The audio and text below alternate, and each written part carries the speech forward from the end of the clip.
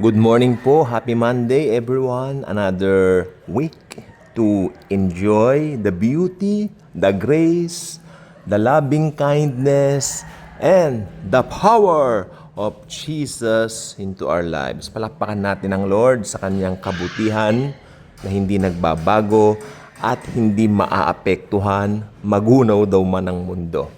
Pero good news, hindi magugunaw ang mundo. Forever ang mundo, i-reform lang ng Panginoon. Okay? So, ang tangi ko pong gustong sabihin sa inyo ngayon is this. Ang rapture at ang second coming ay dalawang magkaibang event. Sirang plaka na, sirang CD na, bahala kayo. Sabihin nyo sa akin yan. Because talagang nakaka-distract lang minsan nakikita mo dito sa social media, halatang lito ang ibang mga kapatid sa Panginoon. At huwag kayo matatanda na, damatans na, mga 70 plus na. Jesus is coming! Kanya sa akin. Nagkita kami sa Chowking, no? Nag-lunch ako sa Chowking. Siyempre, alam niyo naman sa Chowking. Tapos, yun, kita ko si tita. Ay, tita! Oh, long time no here! Sabi niya sa akin, nakikita mo ba yung mga signs ngayon? Sabi niya, Jesus is coming! Tapos maya-maya nakakabayo siya, darating na. Kanya. Hindi ako kumibo bilang pag-respect kay tita. At hindi na ako kumibo. Kalungkot lang, yung view niya is a one-time event. Sa bagay, alam ninyo, hindi naman po mahalaga ang view. Kaya lang napag-uusapan lang din.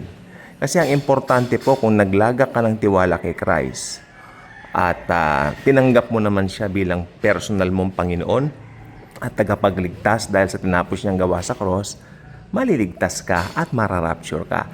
Nga lang, mas maganda inaral mo na sana para alam mo what to expect. No? I mean, alam mo kung ano yung mangyayari sa'yo bilang believer. Una, mararapture muna to be with Him. That's why sabi nga ni Jesus, I will come again to receive you unto myself. Ayan, sa talata ng aklat ng 1. Tapos, dito po sa Jude 1:14, nakalagay po, ito po yung second coming. Dumarating siya kasamang laksa-laksang mga saints niya. He's coming again together with many saints, no? Ibig sabihin, yung mga saints niya dyan, tayo po mga believers yan. Hindi po maitatanggihan. Wala na pong ibang interpretation. Hindi po pwedeng maging mga angels yan. Dahil mga angels po, hindi po nila lang nakawangis ng Diyos. Okay? Ang Genesis chapter 1 verse 26 is very clear. Lalangin natin ang tao ayon sa ating wangis.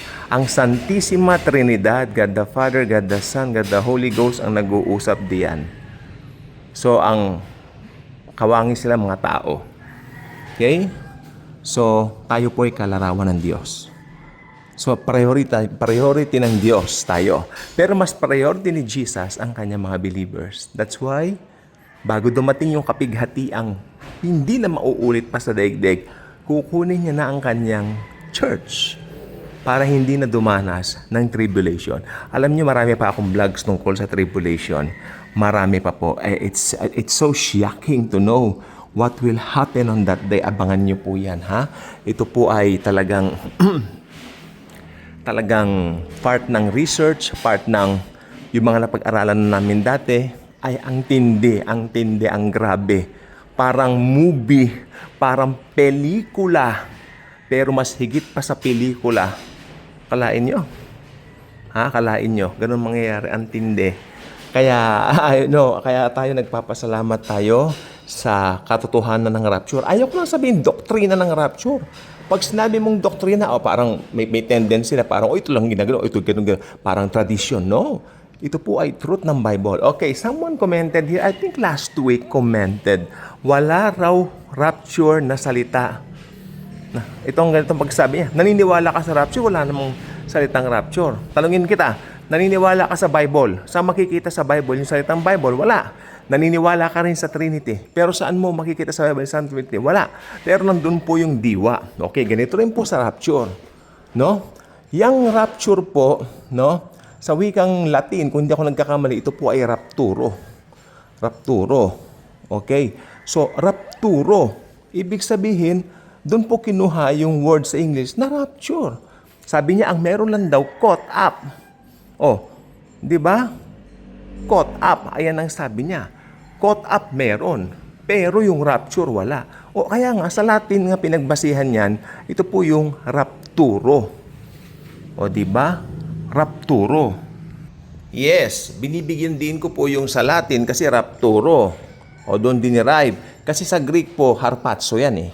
O, para mas maliwanag dun sa nagsabi na, o nasaan daw ba yung term na rapture?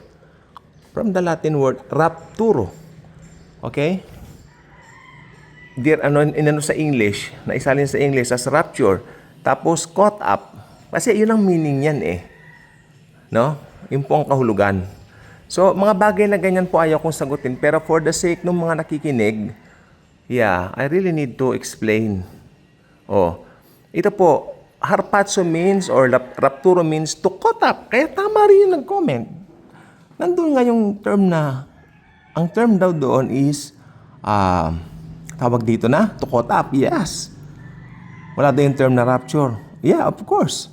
Pero kung babasahin mo sa Latin, nandun po, rapturo ang binanggit doon. Sa English, rapture. Simple thing. Simple mga bagay na ganyan, okay? So, pero tingnan po natin ang kagandahan po nito.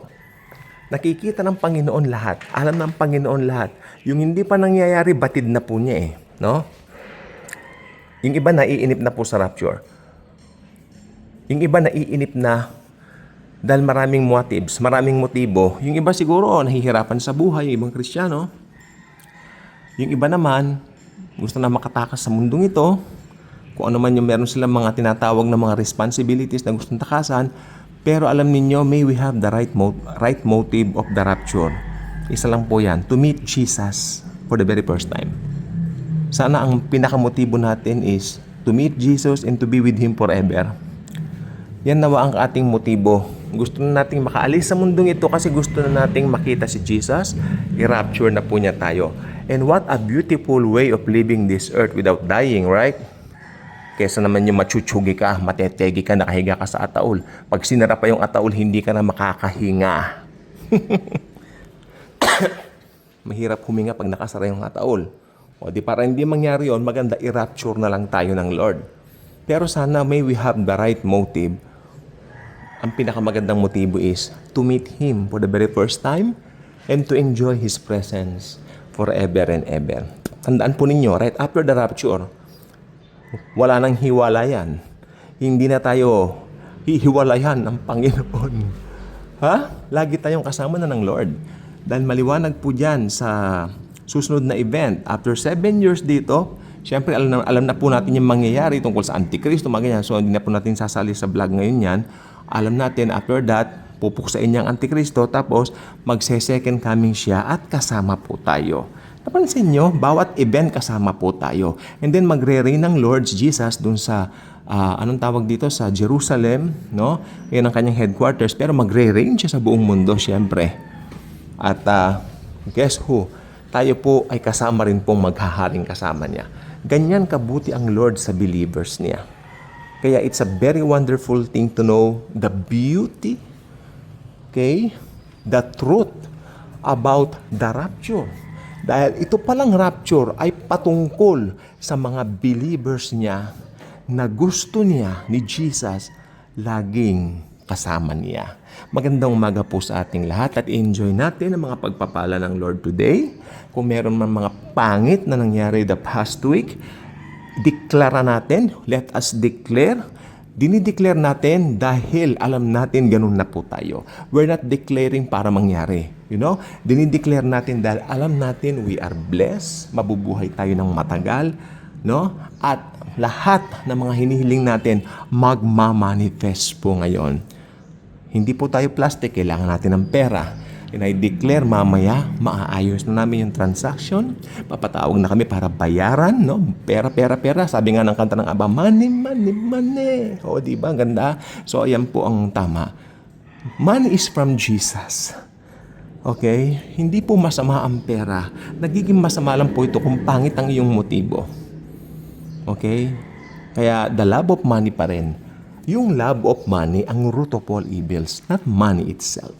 Kasi ang money ginagamit ng Lord while we are here rather, para tugunan ang mga finances natin. Tulad niya, maraming babayaran na bills. Dumating na naman yung mga, alam niya kung anik-anik na mga, bills. Papagawa ng bubong dahil may tumutulo. Mga ganyan, kabutihan pa rin ni Jesus. Makita natin diyan. Dahil mahal ni Jesus ang kanyang mga believers. God bless po.